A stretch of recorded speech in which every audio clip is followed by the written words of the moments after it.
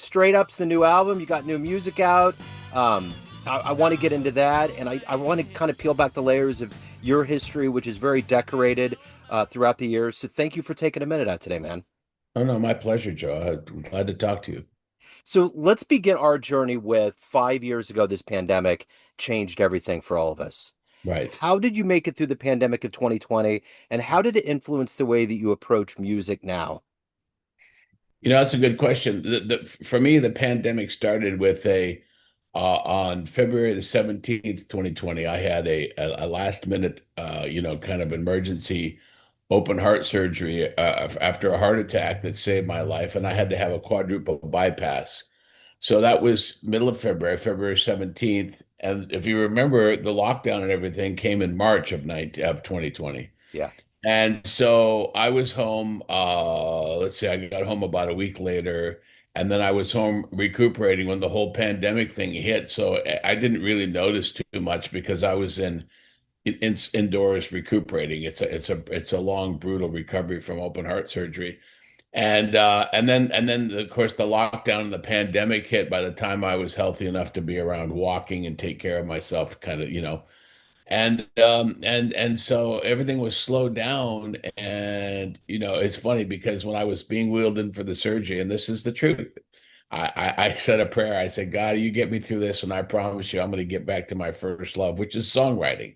That's but I've spent many years backing up other musicians and whatever, friends of mine or whatever, just playing.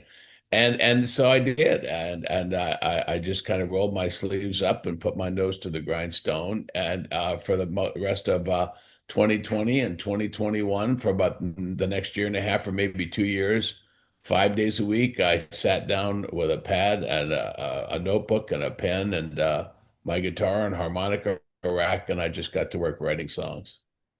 So And that is got me through it, man. That got me through it. Yeah, well, so I'm curious, is the new album Straight Up, is that kind of a homage to that promise that you made and kind of this new lease on life? Not directly, but indirectly. It's a result of that focus on putting all that love and energy into songwriting and trying to come up with I don't know, just songs that I felt, expressed where I was at that time, or maybe something that expressed where I've been at other times in my life.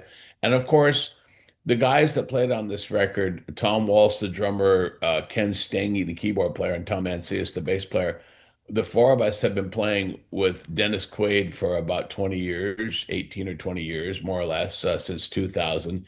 And so we were pretty tight, as a unit. We played a lot of gigs for a long time under the name Dennis Quaid and the Sharks. And so I wanted to kind of come up with grooves with those guys in mind that they'd have fun playing. And so yeah, and so we I think it worked out, and we went into the studio and just recorded these songs in one afternoon, really. So what do you hoping the listener gets from this album? What am I hoping the listener gets? Yeah. I'm hoping the listener gets I don't know, the same kind of joy that I got, if not, I mean, a similar joy that I got to making it, really, truly. Like that's all you can hope for. I hope they enjoy it. I hope it gets a foot tapping, or maybe gets maybe a little. There's a couple of songs, one that's called "Keep on Rockin'." That's basically about that kind of relentless hope that one needs to survive certain challenging times. So that and maybe a little some admiration for the quality of musicianship, and also a recognition of this is real live music. This was like recorded in one afternoon, and then I went back a couple of days later and added a couple of little electric guitar parts and a couple of little vocal harmonies, and that was it. Otherwise, we this is as real and honest as anything gets. Blues, rock and roll, jazz, anything. This is it right here. And You that, set up and play. yeah, well, it's funny in the jazz world, the cats get in the studio and they knock it out real quick, like you talked about. But I think in other genres of music, sometimes you'll hear that people are in the studio for a week or so. Are you just a well-oiled machine? Is that what when you go into the studio, because you've done it for so many years, do you just have this acumen built up where you can get in there and get it taken care of pretty quick? Well, that's the exact terminology that I used, well-oiled machine. I mean, yes, the four of us, the day we recorded this, actually, Ken, the keyboard player, was on the road and with Paul Anka. So the bass player and drummer and I went in and recorded it, and then I sent the tracks to Ken, and then he laid the keyboards on it. But yeah, I mean, we had been playing for so many years together that we were just, as you put, a well-oiled machine and just buzzed through these 10 songs. Now I wanted to do like a more because I had about 30 new songs, but Tom the drummer was ready to kill me, so I I had to stop. So, how did this magical journey in music begin for you? Take me back to your beginnings. How did you pick up the instrument the first time, and how did it turn into this career that you've had? I I grew up I grew up I was born in Toronto, Canada, back in the 50s, 1953. When I was 2 years old, we moved to this small town called Woodstock, Ontario. It's a very small town, 17,000 people at that time. But it was right between Toronto and Detroit, smack dab in the middle. So we would get the Detroit radio stations coming into Canada, and then I would also get Toronto and sometimes even New York. And so it was, and my mother had the radio on 24/7 on top of the refrigerator. That was the entertainment, to no television, because of, in those days, you had your homework and then you go out and play until it was dark or until you got called for dinner or whatever, and then the television maybe on Saturday mornings and Sunday evenings. But the radio all the time, on all the time for weather and for news and for my mom, mostly for music. And I always had an interest in music, and I don't know, I played the triangle in kindergarten, I mean, like, and then and as I got older, middle school, I took up the upright bass and started playing in the school orchestra, and then I continued that into high school.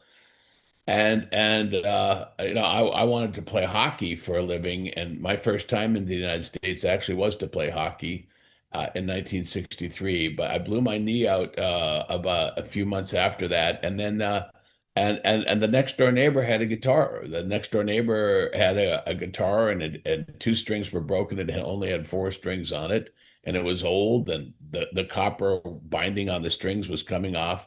But I didn't care. I was able to figure out by my ear, I figured out the Batman riff from t television. This was in the mid 60s.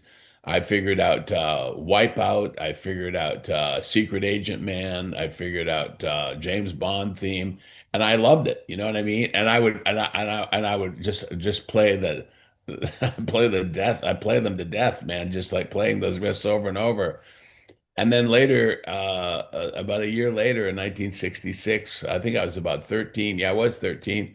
My mother got me a guitar and an amp combination for Christmas, and then I was off and running, and all I was interested, no more sports, not interested in girls or sport. It was guitar, guitar, guitar. And and I'm still a guitar nut. I've already played this morning for about half an hour. So.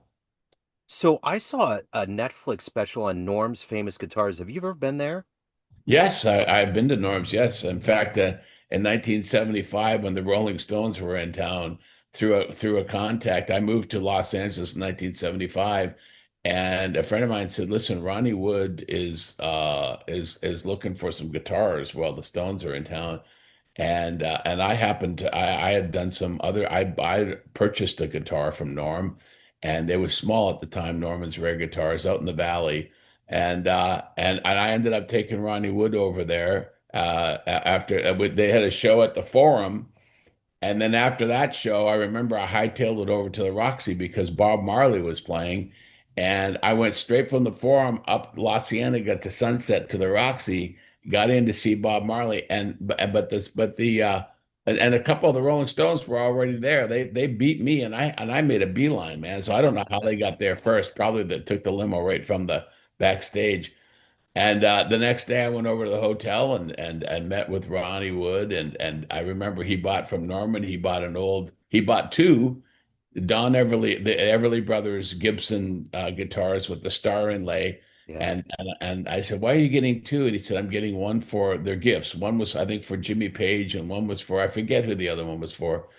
And I seem to remember. And then he bought a Firebird, an early '60s Firebird reverse, and he spent about, I forget, about maybe 11 or $14,000, and then we went over to a couple of other guitar shops. But yeah, Norman's, I remember that. Yeah, I remember that because Norman only gave me $100 for the whole thing. Oh He's so no. tight. Well, yeah, that special was amazing, and I could swear Dennis Quaid was in it. I know Kiefer Sutherland was it. It was everybody went there, and it's amazing to think how much equipment that he's given to musicians that have been on iconic albums, how much he's been a part of the industry for so long. He was one of the first guys to start, getting into vintage. He's always had a great. He's now I haven't been there. I actually haven't been there since then because it's way out in the valley. Yeah, But he always had great guitars and well, I can't remember what I got off of him or maybe I sold him something, but because I still have a bunch of old guitars and amps. I love it. I love yeah, the sound and tone. I made a record. I had a trio called the Kingbees on RSO Records, and in 1980 we came out with an album. And on that album, I played just my 57 Stratocaster through a 59 Fender Bassman Tweed amp with four 10-inch speakers. And if you get a chance to listen to any of the records, there's 10 songs on that one as well. And the tone that's as pure a Stratocaster tone you're ever going to hear. wow. So let me ask you this. When you have a dream of being a musician, you kind of erect this world in your head like you read a book. Like there's this dreamy ideological notion of how your career is going to be, and then it actually happens and you're living it. What's been the difference between the dream you had growing up of being in the music industry and actually getting in there and having such a wonderful career that you've had? I think the real life version has been a lot, but my dream was really limited. My dream was to hear myself sing on the radio one day and to be on American Bandstand. Because when I was growing up, American Bandstand, that was kind of it. That was there was Ed Sullivan, but that was kind of too lofty. But American Bandstand seemed more realistic. Yeah.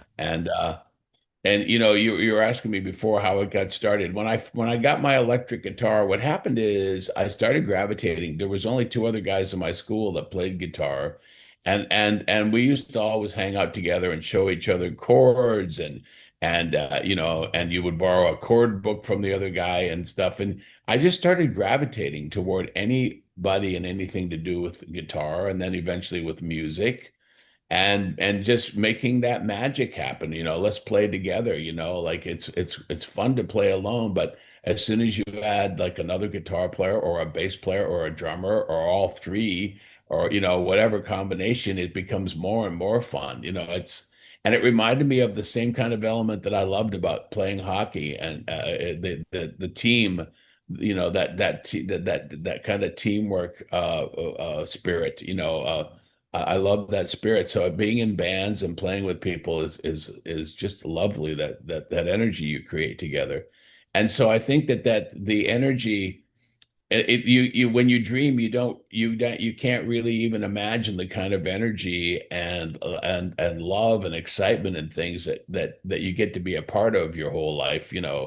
I think the dream is more, you identify in a dream, you see yourself, being adored and loved and making things happen and maybe a big house and a big car. No, no, I mean, none of those things ever happened for me, but I will say at 72 years old, I've had one job when I was a teenager, and the rest of the time the guitar has seen me through. Yeah. So, when I was like in my 20s, especially, I always loved the indie films and the David Lynch world. And Harry Dean Stanton was such a big part of that. And he was like the coolest guy on the screen, always the coolest guy in the room when he walked into a scene. Was he always that cool in real life? Listen, I'll tell you how cool Harry is. Okay, I met Harry in the 80s. And my girlfriend at the time, Kelly, her father is the actor Dabney Coleman, and he was having a July 4th barbecue, okay, at his house in Brentwood, which is kind of out in the west side, a fancy neighborhood in LA. And in walks this kind of almost, and this is the way it happened. This guy was disheveled and well-worn clothing, and almost looked like maybe he was, shelter challenged, like he didn't have a home. And he sat down and he was introduced to me, and I did not know, I didn't recognize him from movies or anything. I had no clue. I thought Dabney was being charitable for July 4th, having a homeless guy in Los Angeles come over to feed him and take care of him, maybe slip him a few $100, you know. And so as the day went on, there was a guitar, and I picked it up and I started to play and I started to sing, I don't know, out of the blue, El Paso by Marty Robbins, okay, which is a song that I still love to sing. And old Harry chimed in, okay. So this guy starts singing with me, and I go, well, he's got a lovely voice. And so people were wondering, and at one point we were left alone there and sitting next to each other on this sofa. And I looked at him and I said, Harry, I said, I didn't know that the buses ran on July 4th in Los Angeles. Do the buses run today? Because I was thinking if he, was going to take a bus, he must have taken the bus to get there. So he was going to take a bus to get back downtown to Skid Row. And so I would give him a ride if he didn't, and he thought that was the funniest thing. He started laughing, and because I had no idea, I thought he was a homeless guy. And he starts laughing and going out. He went out to the kitchen, Dabney, Dabney. Oh my gosh, your future son-in-law is so funny, and blah blah blah blah blah. And then we hit it off from there. And he started to come to shows of mine. Like I said, I had a group called the Kingbees, and he would show up at different places and sit in with me, and we became friends. And one day he asked me to put a band together for him and get something going, and I did, and I thought it would last maybe a couple of months, and we did it for 10 years. Wow. 10 years. Yeah. Right on. I miss him every day. In Yeah. fact, between you and I, and anyone that's interested in listening to this, on this record, there's a guitar that Harry played in the movie Cool Hand Luke, Yeah. and an old Martin, and I have that guitar. He gave it to me, and near the very end of his life, and uh, and so I snuck back in a couple of days after we laid these tracks down, and I put it on every single track in the background just to have his spirit on this record with me, because I miss him and I loved him, Yeah. and we became very, very good friends. And I met Dennis through Harry too. So Okay. Okay. That's beautiful, man. What a great story. So let me ask you this. There's to me, as I get to be an older guy, sometimes I'll go see these guys that are in their 50s and 60s and they're playing covers and they're in a bar, and I think that's the real spirit of music. These are yes. guys that have, you know what I'm saying? They have other jobs, they have other commitments, but they're never ever letting that dream extinguish. And when I look at your career and what you've done, there's so much to be said about longevity and evolving and staying in there. So what has gotten you up every day and made you love the music that you make and just music in general? That's a good question. Now, to the first part about all those musicians you're talking about, I have a song on this album called Showbiz Boogie. Yeah, And by the way, there's a couple of these songs that if people want to go to YouTube, they can look up like Jamie James Straight Up, or the first single has the first video I've ever made, because my group, the Kingbees, broke up before MTV and everything, so I never got a chance to experience that. yeah, But Showbiz Boogie is about that. Guys like me, guys that are older, that have been playing in their cities all over this country, because I've seen a lot of them in my travels to do shows, that are dedicated, that are talented. No one will ever know their name. No one will ever know who they are. You know what yeah, I mean? yeah, And what motivates me every day, it really truly, to get up and pick up a guitar, is the opportunity to learn something. I am truly a perpetual student on the guitar. Just this morning, I've been studying the Antonio Jobim Antonio Carlos Jobim catalog, and there's a lot of really cool jazz chords, Yeah, and I'm very pleased to say that I can play at least 15 of those songs just the way he plays them, yeah, and it's so for me that's a great accomplishment, you know what I mean? Because I'm a three-chord rock and roll blues guy. But to be able to sit here and play all these kind of songs and sing these songs, that's just for me. I'm yeah. never going to perform them or record them or anything. It's just for me. And so I just want to keep learning, the mysterious thing that we call a guitar. Yeah. Joe Beam, it gets me. He's like up there like Django. There's this mysticism, there's this lore that goes into him because anytime his name gets brought up, there's just this like instant attraction to that sound. And it's timeless almost. It's just stood the test of time. It's to me, he's up there in the category of like with Mose Allison, for example. Mose Yeah, Allison, and I've been a Mose Allison fan since 1971, love Mose. And these are guys that like like maybe a little bit different than like Gillespie and Miles Davis and some of these. These are guys that were able to take those elements along with a little bit of pop or popular like sounding chords and choruses, kind of catchy, like and so these were guys that were able to take some of the most sophisticated elements of what we call jazz, which, and for me, by the way, Joe, it's all from what I've done in my research and studies over the years. It all comes from the blues. It all absolutely. it all comes from the deep South, the American blues, and Mississippi, mostly Dockery plantation, but also out of New Orleans. When you start putting the go from the guitar into some of these brass and wind instruments, the things, and as it goes up the Mississippi, it sophisticates as it becomes more sophisticated. And then it also has to go more indoors during the winter, which becomes amplified. So over the decades, it changes, to where you have the Chicago blues and the St. Louis blues and a different Memphis blues. We have different, and then you have the Detroit sound and then the Philadelphia sound. But it all, and meanwhile in New York, these cats are getting into some heavy stuff, but I think it all branches from that, and it's purely, from what I can see, purely an American art form. It's an Yeah. American art form, 100%. And yeah, I think that's what those guys were able to do. Take some of those elements of jazz, but also put them into like a 4 minute kind of song that and because how else could you get on the popular radio? You know what I Yep. mean? It's Well, it's funny you mentioned the blues because just today, Charlie Parker's birthday, he would have been 105 here in wow, Kansas City and New York and other wow, cities. Everybody's playing music and celebrating him. But the blues was totally a backbone of Charlie Parker, Jay McShann, all of those early practitioners, absolutely. you know? I mean, Absolutely. Yeah. No, it's wonderful. And if you go back and you listen to like Charlie Patton or even the singing brakeman Jimmy Rogers, who was a little more countrified, and whether you were black or white, because Jimmy Rogers, don't forget, like in 1932, when he had a little bit of money, he made Yodel Number 9 with who? With Louis Armstrong and Louis's wife on piano. yeah, And it's a killer track, yeah, and it's got jazz and country and blues all mixed together, uh-huh, and that's from like the early 1930s. yeah, You know, absolutely.